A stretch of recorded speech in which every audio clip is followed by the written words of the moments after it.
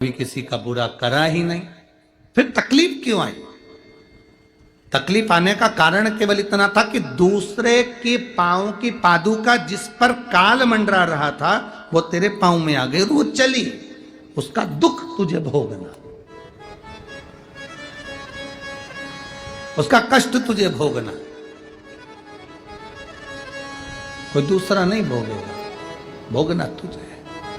शिव महापुराण की कथा कहती है, तीन चीजों से दूर रहना, दूसरे की तीन चीजें हमारे पास नहीं आना चाहिए। एक पांव की चप्पल जूता, दूसरे नंबर पर छाता, तीसरे नंबर पर मांग का टीका। ये तीन चीजों से थोड़ी सी दूरी बनाकर चलना, इन तीन चीजों से थोड़ी सी। किसी के पांव की चप्पल हमारे पांव में ना आए, किसी के पांव की पादुका, किसी का जूता चप्पल हमारे पास ना आए, इसका स्मरण रखें। किसी का छाते की छांव में आप बैठे मना नहीं है, छत्र की छांव में बैठे मना नहीं है, किसी के छाते की छांव में चले मना नहीं है, पर किसी का छाता, किसी का छत्र अगर बारिश में गर्मी में तुम्हारे घर पर आ भी गया है तो बहुत दिन तक तुम्हारे घर में नहीं रहना चाहिए, वो छत्र तुम्हें वापिस कर आना चाहिए। किसी का छत्र, किसी की पादुका और किसी का मांग का टीका अगर तुम्हारे मांग में आ गया है तो उसको कहीं ना कहीं आपको रखना चाहिए, उसको हमें धारण नहीं करना।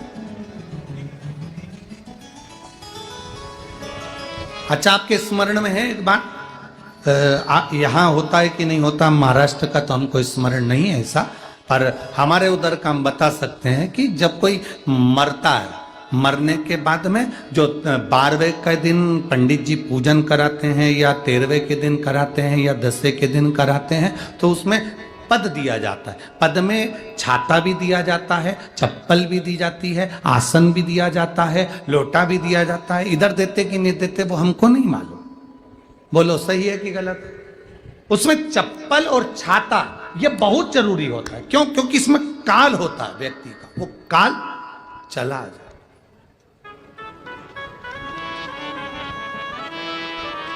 कभी किसी गुरुद्वारे में गए हो आप लोग? अरे जम के तो बोलो।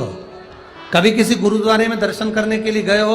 तो गुरुद्वारे में अगर दर्शन करने जाओगे तो वहां आप भोजन करो, लंगर चखो, सब कुछ करो। वहां गुरुद्वारे के बाहर या गुरुद्वारे के साइड में बड़े बड़े व्यक्ति भी तुम्हारे पांव की पादुका, चप्पल, जूते की सेवा करते हैं कि साहब यहाँ जूता रख दो, यहाँ चप्पल रख दो, यहाँ हम उठा कर दे देंगे। उसका कारण क्या है? उसका केवल एक कारण है, जो पादुका की सेवा कर रहा होता है, आए हुए भक्तों की चप्पल की सेवा कर रहा होता है, वो अपने काल को, अपने दुख को, अपने कष्ट को सब मिटा बैठता है उनके चरण की रज को प्राप्त कर।